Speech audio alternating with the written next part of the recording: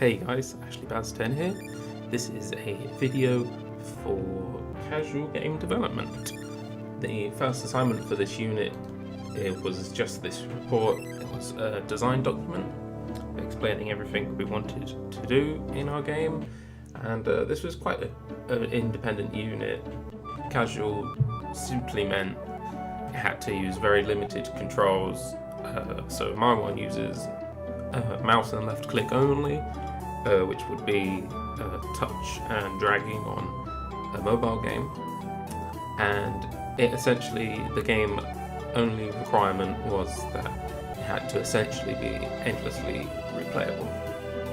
Then assignment 2 was creating the game, tracking our user stories and the schedule that we made in the first assignment, and doing a post-mortem, which I'm not going to show it because it will be a boring video and I'm not entirely sure I'm allowed to, but I can show you the running exe. So I'll move this to the right screen and hit play, and we can watch the introduction.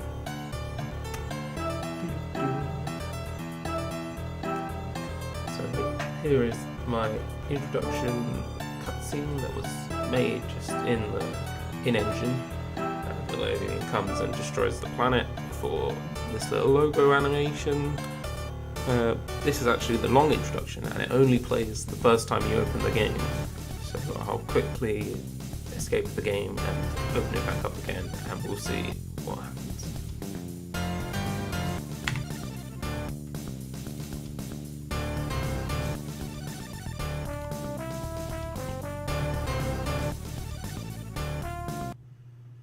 And as you can see, we get the introduction again, except this time the planet being destroyed animation is cut out, which really cuts the introduction in half, but keeps in the important studio logos and the game logos. Now we've got an options menu, we have sliders for sound effects and music, and over here we have the shop. So this is a mobile game, so unfortunately, we did have in our requirements to include a premium currency, but for the assignment we didn't have to link this up to actually taking people's money, so it's just free. So you can see I click this and this number up here goes up, and then you can exchange the premium currency for space bucks is what they're called, but it's essentially the currency that you can actually get in the game and spend on things.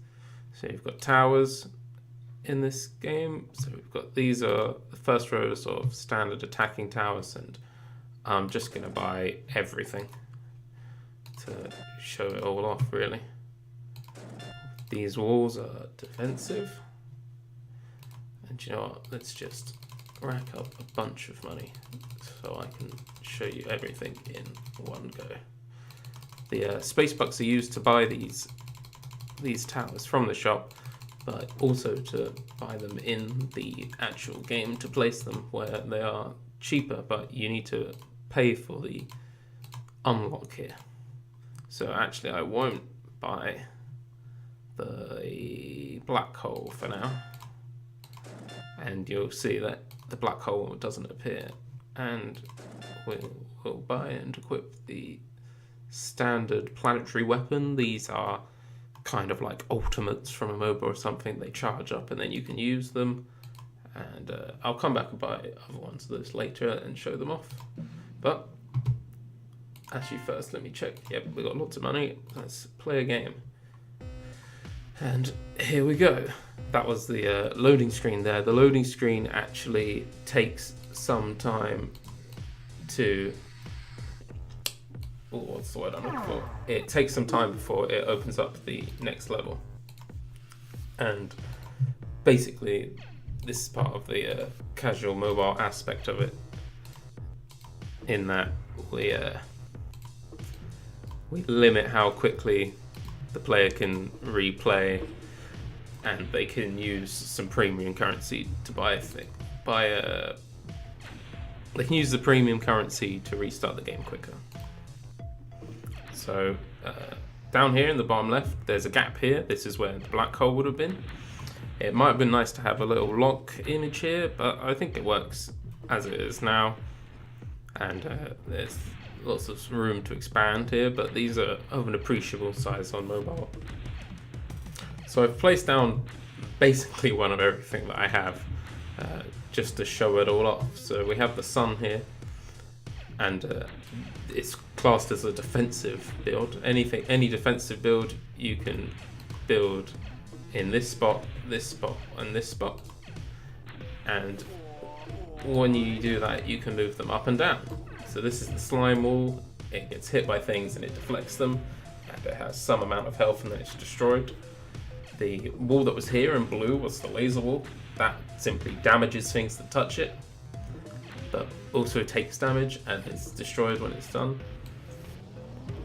The sun here, you can move it up and down, it gets bigger and smaller, and it will catch enemies on fire, which slowly deals damage over time. These are the standard laser turrets. You click and drag to aim them, and they just shoot lasers that deal damage.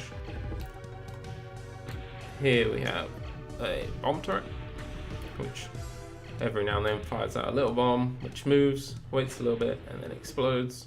And here is the missile silo, which is gonna hit that guy and then explode. Let me clear out the area with the mega laser planetary weapon.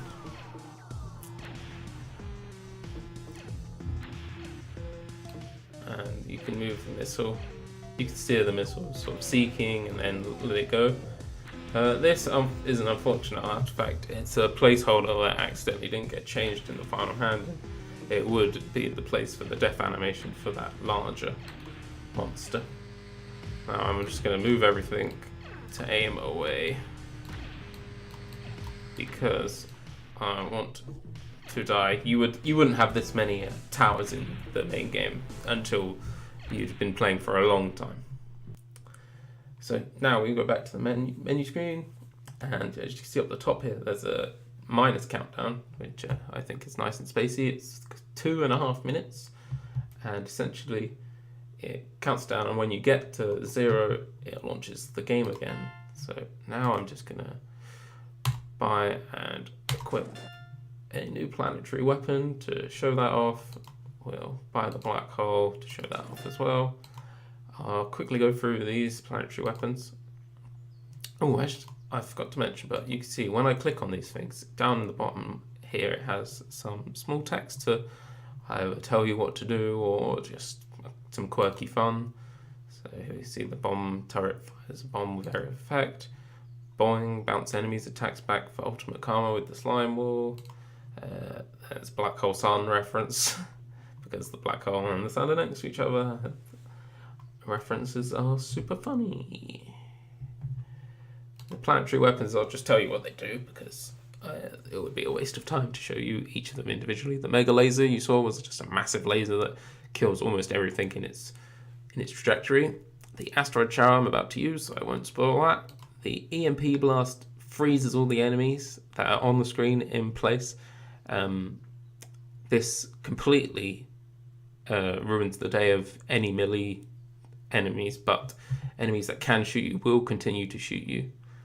This explode is a big bomb. It essentially works the same as the bomb turret, except you drag where you want it to fire, it lands there, and it does a much bigger bomb that does much more damage.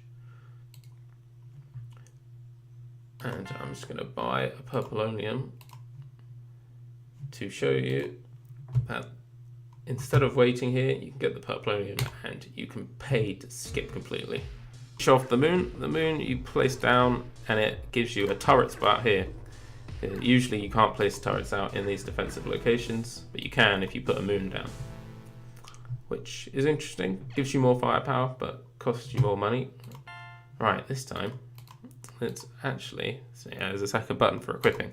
We'll equip the asteroid shower, and we will cheat our way back into skip. And I'll also put down some black holes, which are very dark, which is kind of cool. But you'll see they suck in some of the enemies if they're in their radius. Now, if I click asteroid shower, a bunch of asteroids come down. If they hit anything, I think they just kill them on contact, or they deal a lot of damage. And that's really it. I mean, there's a lot of stuff going on. There's randomized planet color and music, which is crazy. There's the death animation in Jingle we saw. There's a bunch of different types of enemies.